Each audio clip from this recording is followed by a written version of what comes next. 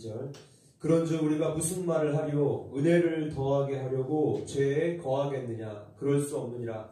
죄에 대하여 죽은 우리가 어찌 그 가운데 더 살리요?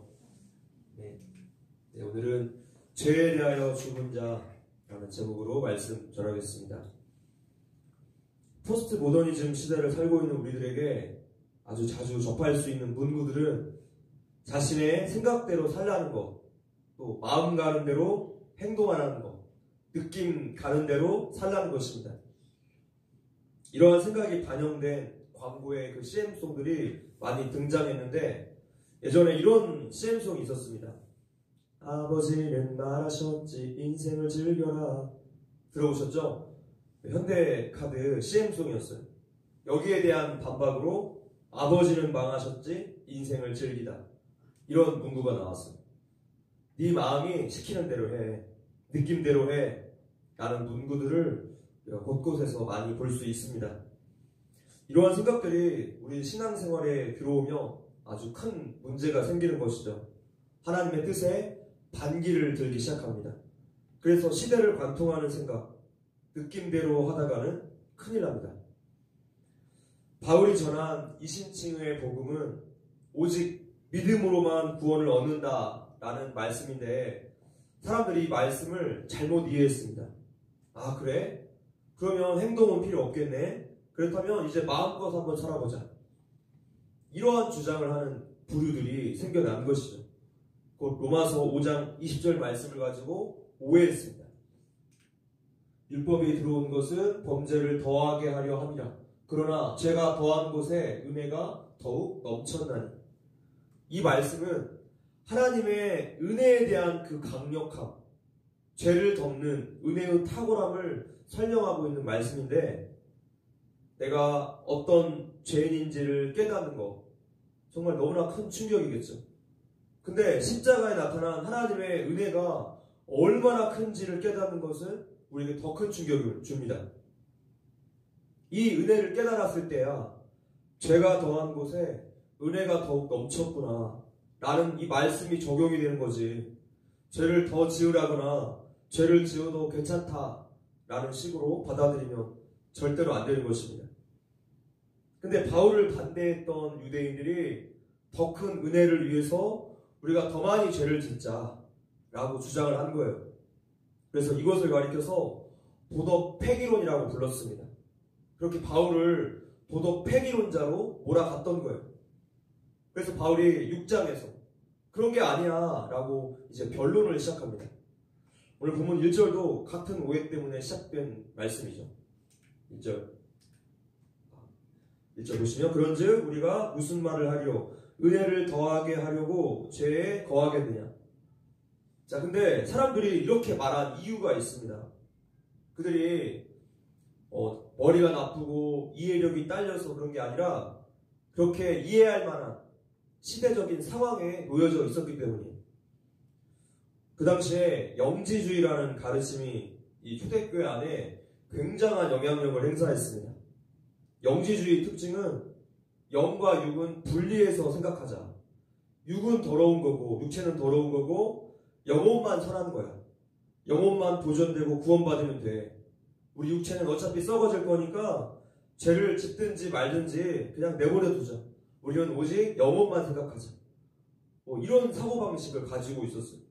그래서 오늘날의 구원파가 이 영지주의의 한 갈래라고 할 수 있습니다.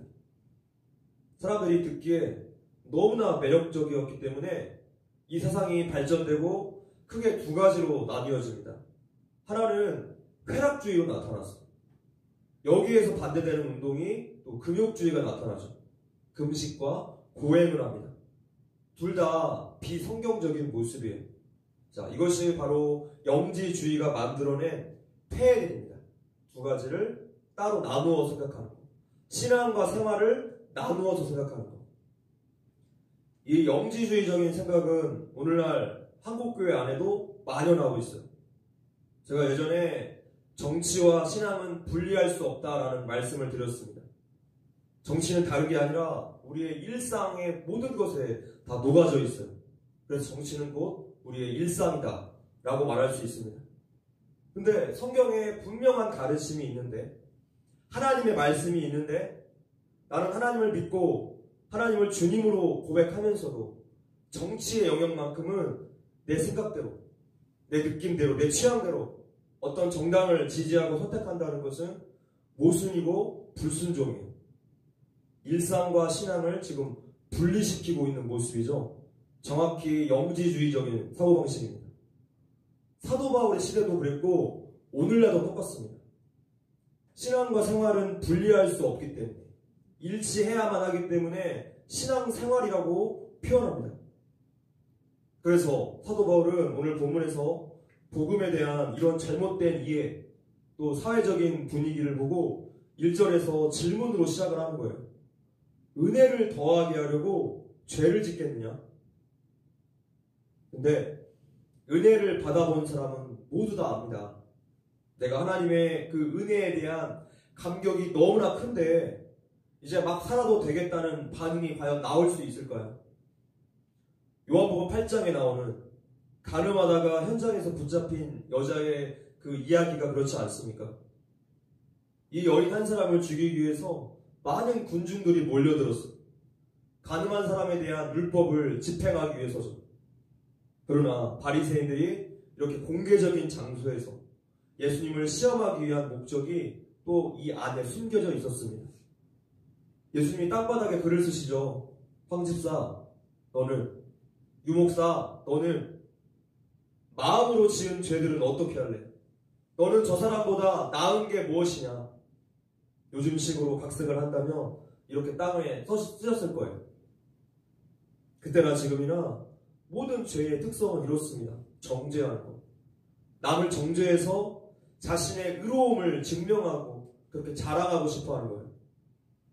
예수님은 죄 없는 자가 먼저 돌로 치라 라고 말씀하십니다.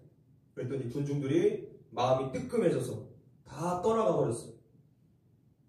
그 후에 예수님께서 마지막에 그 여인에게 이렇게 말씀하시죠.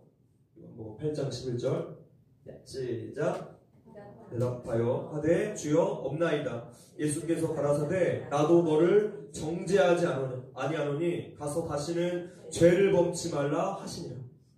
지금 이 여인의 입장에서 보면 예수님은 영혼의 구원자뿐만 아니라 자신의 목숨을 진짜 살려주신 분이에요. 이 자리에 예수님 아니었다면 이 여인 지금 돌에 맞아서 그 자리에서 죽었을 것입니다.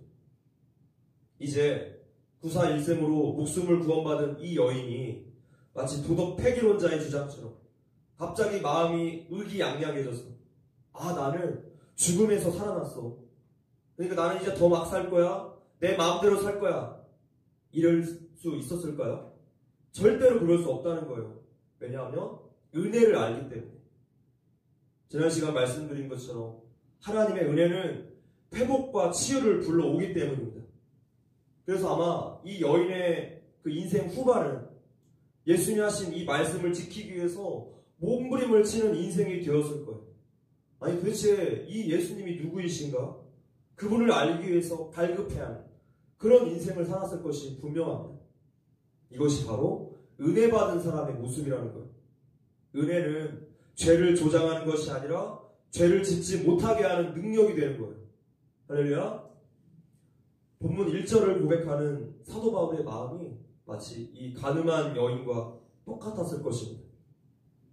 바울 자신도 하나님의 그 크신 은혜를 경험해봤기 때문에 바리새인 중에 바리새인이었던 자신이 율법에 그 누구보다도 정통했던 바울이 하나님의 은혜라는 것은 율법의 행함을 다 뛰어넘어서 그 사랑 때문에 순종하게 된다는 사실을 고백하고 있어요.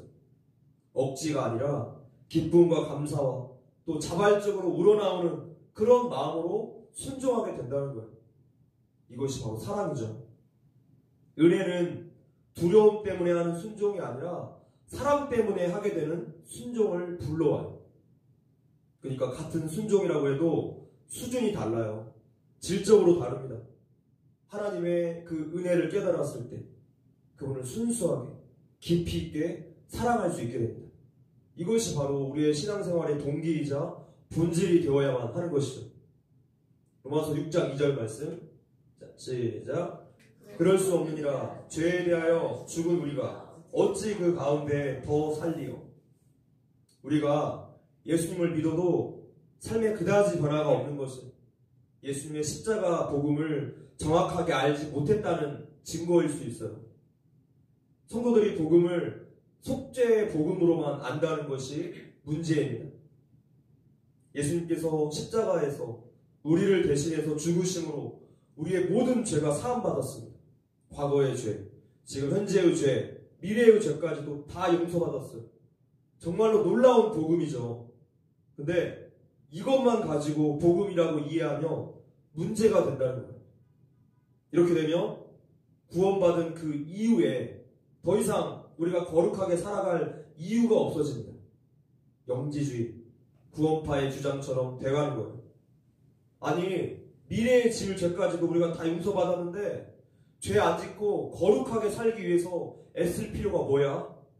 라고 주장하게 되는 거예요. 근데 우리는 그저 죄사함만 받은 것이 아니라 죄에 대해서 죽은 사람이라고 말씀하고 있어요.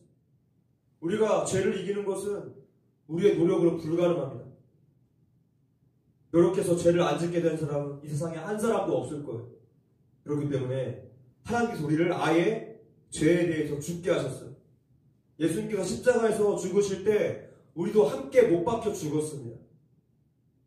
지금 본문 2절 말씀을 얼핏 보면 성도는 마치 죄에 대해서 1절 반응을 안 해야 돼, 죄를 안 지어야 돼 라는 말과 같아요.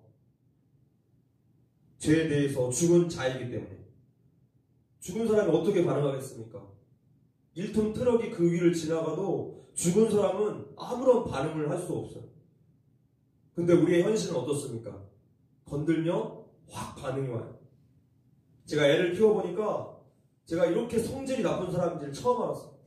애를 키우기 전에는 몰랐습니다. 마치 예수님이 부활하실 때 저의 혈기도 같이 부활한 것 같아요. 욕심 부리고 미워하고 또 불평불만하고 상황만 조성되며 여지없이 내 안에서 이 불만이, 죄가 튀어나와요. 그래서 내가 죽은 것 같기도 하고 아닌 것 같기도 하고 긴가민가합니다. 죽었다는 것을 이렇게 이해하기 때문에 평생 죽었다가 살았다가 왔다 갔다 하면서 우리의 신앙이 제대로 정립되지 않아요. 죄 용서를 받은 것에 대해서는 분명히 알겠는데 내가 죽었다고 하는 믿음은 너무나 희미합니다. 자, 그렇다면 이 2절의 말씀이 우리에게 있어서 비현실적입니까? 바울의 단순한 소망입니까? 모순된 겁니까? 그렇지 않다는 거예요. 성경 말씀은 두 가지의 방식으로 기록이 됩니다. 단순한 그 사실 그대로를 기록하는 것이 있는가 하며 아직은 시간 속에서 이루어지지 않았는데 이미 이루어진 것으로 선포하고 하나님의 목적을 설명하는 그런 기록들이 있습니다. 대표적으로 예를 하나 들어볼게요. 여호수아 1장을 보면 백성들이 아직 가나안 땅에 들어가지 못했는데 하나님께서 여호수아에게 이렇게 말씀하시는 거예요. 여호수아 1장 3절. 자, 읽어볼게요. 시작. 내가 모세에게 말한 바와 같이 무릇 너희 발바닥으로 밟는 곳을 내가 다 너희에게 주었노니. 내가 다 너희에게 줄 것이니입니까? 주었노니입니까? 주었노니. 완료형으로 좀 써있죠. 실제적으로는 가나안 땅에 아직 못 들어갔는데 하나님께서 줬다라고 말씀하세요. 인간은 이런 말을 절대로 할 수 없을 거예요. 왜냐하면 우리의 미래가 어떻게 될 줄 모르기 때문에. 했다고 해도 그냥 막연한 바램, 희망 고문 뭐 이 정도겠죠. 오직 전지전능하신 하나님만 이렇게 미래 완료형을 쓰실 수 있어요. 그분은 시간 밖에 계시기 때문에 미래에 대한 말씀은 어떤 바램이 아니라 사실 그 자체가 되는 것이죠. 그래서 말씀대로 이루어지는 거예요. 지금 우리가 이런 분을 믿고 있고 그래서 가장 안전하다는 것이죠. 할렐루야. 자, 이러한 내용을 염두에 두시고 본문 2절을 이해해야 돼요. 우리는 죄에 대해서 죽었습니다. 미래 완료형. 예수님께서 십자가에서 죽으실 때 그때 거기에 우리도 같이 못 박혀 죽었어요. 근데 성도는 이미 이루어진 구원, 아직 완성되지 않은 그 영화 사이에 살고 있기 때문에, 이미와 아직 사이에 살고 있기 때문에 여전히 죄의 영향력을 받고 살아가고 있습니다. 지금 6절에서도 분명히 말씀해요. 6절 보시면 시작.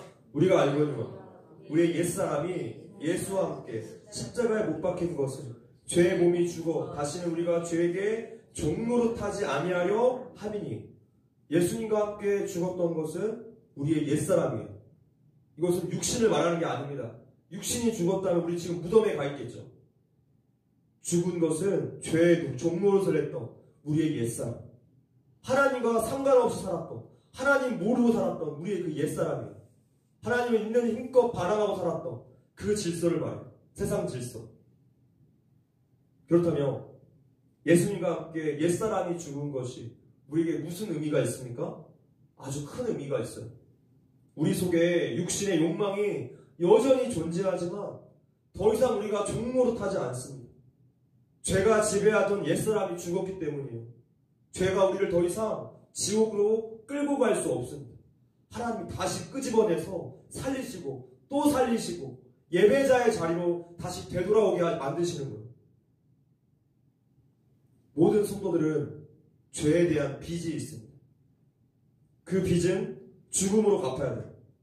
근데 우리 예수님께서 그 빚을 대신 지불해 주셨기 때문에 부채가 완전히 청산되었어요. 세상에서도 채무가 정리되며 채권자와 채무자의 권리, 의무관계도 모두 다 상실하게 됩니다. 성도는 우리 예수님 때문에 더 이상 이 죄에 대한 책임과 상관이 없게 된 거예요. 하나님은 우리의 그 온전한 구원을 반드시 이루시는 분이세요. 끈질긴 그 성실하심으로 반드시 구원을 이루십니다. 그분이 끝날까지 우리를 놓지 않고 그 자리로 끝까지 이끄실 거예요. 죄의 빚을 다 갚아주신 우리 예수님께 늘 감사하시고 그 은혜에 가까이에 붙어 삽시다. 가늠하다가 붙잡혔지만 구원받은 그 여인처럼 우리도 예수님을 향해서 사랑하는 마음으로 삽시다. 신앙과 삶을 분리시키지 마십시오. 신앙은 곧 생활입니다. 아멘.